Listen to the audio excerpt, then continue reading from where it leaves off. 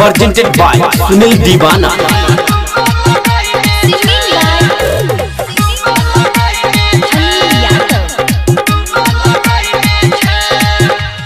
मन में कौनो बात तो खास छुपैने छे, मन में कौनो बात तो खास छुपैने छे।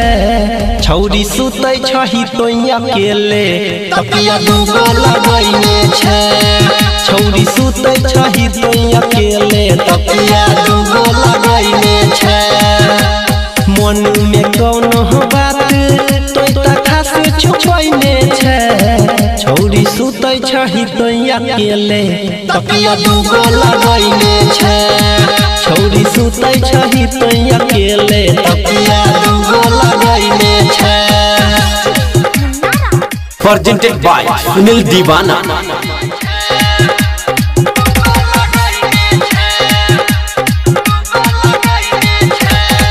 बजते 12 तो छौरी लाइट दै छे काट गे, लगबै नै छे केवारी के किली हल्के से दै छे साइट गे। बजते 12 तो छौरी लाइट दै छे काट गे, लगबै नै छे केवारी के किली हल्के से दै छे साइट गे। लागैया हमरा कोनो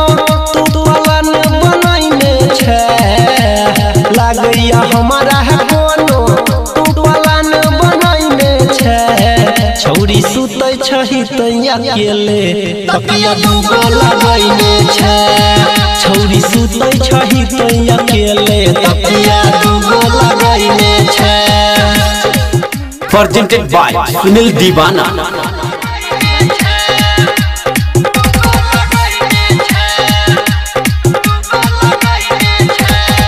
जान छियो सबटा खेला तोहर छौरी हम गे, बाप से तोरा कहबो हमे धरबो नाही दाम गे।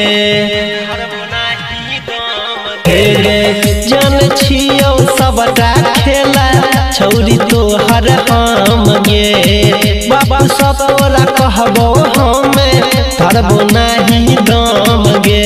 राइटर विकेसी कहै छौ इज्जत पानी में डुबैने छे, परवीन देवेंद्र कहै छौ इज्जत पानी में डुबैने छे। छौरी सुतै छही तो अकेले तकिया दूगो लगैने छे, छौरी सुतै छही तो अकेले तकिया दूगो लगैने छे। Presented by Sunil Divana।